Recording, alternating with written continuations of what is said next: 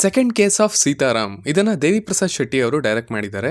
Mainly cinema ಸದ್ದು ಮಾಡ್ತಾ ಇರೋದು ಇದರ ಪ್ರೀಮಿಯರ್ ಶೋಗಳನ್ನು, ಅದರ ಟಿಕೆಟ್ಗಳನ್ನು ₹1 ಇಟ್ಟು ಜನಗಳನ್ನು ಚಿತ್ರಮಂದಿರಕ್ಕೆ ಕರೆಸೋದಕ್ಕೆ ಒಂದು ಪ್ಯಾಷನೇಟ್ ಆಗಿ ಪ್ರಯತ್ನ ಪಟ್ಟಿದ್ದಾರೆ ಟೀಮ್ ಅವರು.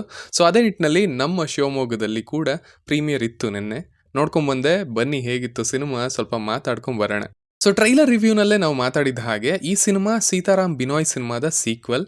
ಬಟ್ ಇದು ಎಕ್ಸಾಕ್ಟ್ಲಿ ಸೀಕ್ವೆಲ್ ಅಲ್ಲ, ಬಿಕಾಸ್ ಇಲ್ಲಿ ತುಂಬ ಚೆನ್ನಾಗಿ ಆ ಪಾತ್ರವನ್ನು ಮಾತ್ರ ತಗೊಂಡು ಅದಕ್ಕೆ ಒಂದು ಸೆಪ್ರೇಟ್ ಕೇಸನ್ನೇ ತೊಗೊಂಡು ಬಂದಿದ್ದಾರೆ.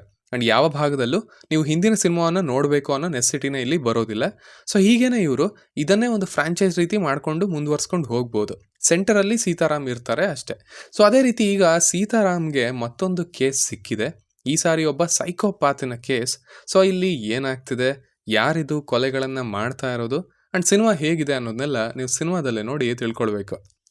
ಮೊದಲನೇದಾಗಿ ಇದರ ಪಾಸಿಟಿವ್ಸ್ ಕಡೆಗೆ ಬರೋದಾದರೆ ಅದು ಇದರ ಕಥೆ ಮತ್ತು ಅಲ್ಲಿದ್ದಂಥ ಕನೆಕ್ಷನ್ಸ್ ಅಂತ ಹೇಳ್ತೀನಿ. ನಾನು ರೀಸೆಂಟಾಗಿ ಬಂದಂಥ ಸಿನಿಮಾದಲ್ಲಿ ಒಂದು ಪಾಯಿಂಟನ್ನು ಮೆನ್ಷನ್ ಮಾಡಿದ್ದೆ. ಸ್ಪೆಷಲಿ ಥ್ರಿಲ್ಲರ್ ಸಿನಿಮಾಗಳಲ್ಲಿ ಯಾವುದೇ ಪಾಯಿಂಟ್ ಅಥವಾ ಯಾವುದೇ ಪಾತ್ರ ಹೊರಗಿನಿಂದ ಬಂತು, ನಮಗೆ ಇದು ಕನೆಕ್ಟ್ ಆಗಿರಲಿಲ್ಲ ಅಥವಾ ಇಂಟ್ರಡ್ಯೂಸ್ ಆಗಿರಲಿಲ್ಲ ಅಂತ ಅನಿಸ್ಬಾರ್ದು. ಹೊಸ ಪಾರ್ಟ್ ಆಫ್ ದ ಸ್ಟೋರಿ ಅಂತ ಅನಿಸ್ಬಾರ್ದು. ಅದು ಅಲ್ಲೇ ಎಲ್ಲೋ ಇರಬೇಕು, ಬಟ್ ನಮಗೆ ಅದು ಗೊತ್ತಾಗಿರಬಾರ್ದು. ಸೊ ಆ ಥರ ಪ್ರತಿ ಪಾಯಿಂಟಲ್ಲೂ ಅದು ಆಗ್ತಾ ಇರಬೇಕು. ಆವಾಗ ಒಂದು ಥ್ರಿಲ್ಲರ್ ಮತ್ತು ಅದರ ಇಂಪ್ಯಾಕ್ಟ್, ಆ ರಿವೀಲಿಂಗ್ ಪಾಯಿಂಟ್ ಅಂತ ಏನು ಹೇಳ್ತೀವಿ, ಅದು ತುಂಬ ಚೆನ್ನಾಗಿ ಕನೆಕ್ಟ್ ಆಗುತ್ತೆ.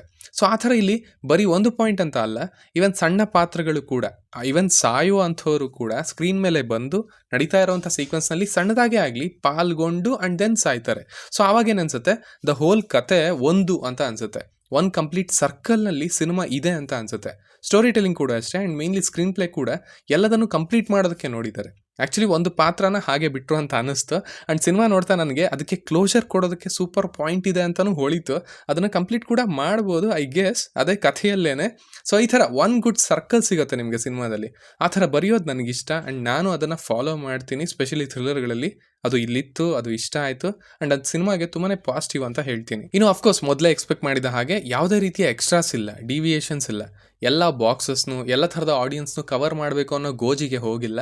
ನೀಟಾಗಿ ಸಿನಿಮಾ ಸ್ಟಾರ್ಟ್ ಆಗಿ ಅಲ್ಲೇ ಇದ್ದು ಅಲ್ಲಲ್ಲೇ ಓಡಾಡಿ ಆ ಪಾಯಿಂಟನ್ನಷ್ಟೇ ಡೀಲ್ ಮಾಡುತ್ತೆ. ಹಾಗಂತ ಸಿನಿಮಾ ಸೂಪರ್ ಫಾಸ್ಟಾಗಿ ಹೋಗುತ್ತೆ ಅಂತ ಅಲ್ಲ, ಅದು ಅದರದ್ದೇ ಆದ ಟೈಮನ್ನು ತಗೊಳುತ್ತೆ. ಬಟ್ ಎಲ್ಲಿ ವಿಷಯಗಳು ಎಕ್ಸ್ಟ್ರಾಸ್ ಅಂತ ಅನ್ನಿಸ್ಬಹುದು, ಅಲ್ಲಿ ಹಾಡುಗಳಿಂದ ಆ ಎಮೋಷನ್ನ ತಿಳಿಸಿ ಅದನ್ನು ಕಥೆ ರೂಪದಲ್ಲೇ ತೊಗೊಂಡು ಬಂದಿದ್ದಾರೆ. ಸೊ ಆ ಎಮೋಷನ್ಗೆ ಅಂತ ಹೆಚ್ಚು ಟೈಮ್ ತೊಗೊಂಡಿಲ್ಲ. ಆ್ಯಕ್ಚುಲಿ 4 ಎಮೋಷನ್ಸ್ ಇದ್ದಾವೆ ತೋರಿಸ್ಬೇಕಾಗಿರೋದು, ಜಾಸ್ತಿನೇ ಒಂದು ಥ್ರಿಲ್ಲರ್ಗೆ ಮೇಜರ್ಲಿ ಅಂತ ತೊಗೊಂಡ್ರೆ 4 ಪಾತ್ರಗಳದ್ದು ಅಂತ ಹೇಳ್ಬೋದು.